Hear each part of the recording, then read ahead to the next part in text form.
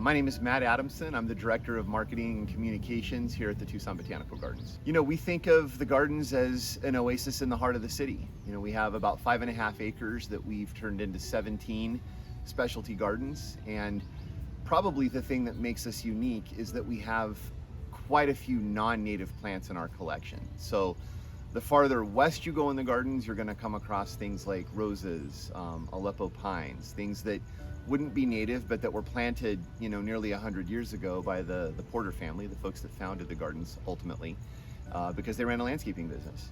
So we have the ability to display these things in a beautiful setting, and then sort of encourage people not to necessarily plant non-native things, in their own yards. The farther east you get in the gardens, you get into more our cactus garden, xeriscape, the native plants you would see in the Sonoran Desert. But overall, we have about 4,000 plants representing 2,000 species, plus or minus, around the ground. So lots of biodiversity, a number of animals. We have a bird garden that has habitat and food that attracts a number of different birds that live or traverse the area. Pollinator gardens that attract all kinds of butterflies, especially this time of year after we've had monsoon rain. We've got spadefoot toads you might see hopping around the grounds that of course come out in response to the monsoon rain. Although the butterfly greenhouse will not have butterflies returning until October 1st, it's open with all of the tropical plants in our collection. Orchids, there's a nice stream with some fish to see. So quite a number of different plant and animal communities on display right here in the heart of Tucson.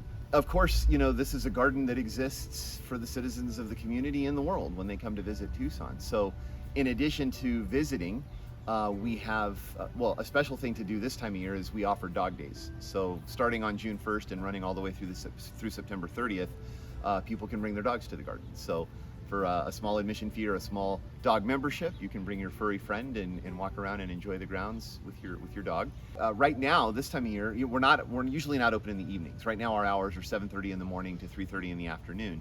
But for the balance of August, each of the upcoming Saturdays, we have something called Sunset Saturday.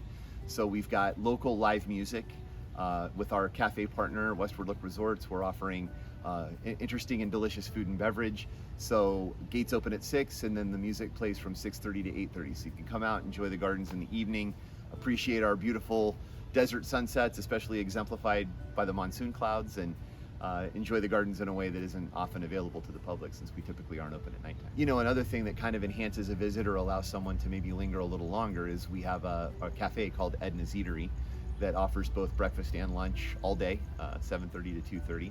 So that's a place to get a nice meal or a cold drink and extend your visit and enjoy the gardens, in a different way. And of course, for all of the things we've talked about, people can go to our website, tucsonbotanical.org, for information, tickets, information about these different events. And certainly folks can follow us on social media, Facebook, Instagram, Twitter, find out what's happening.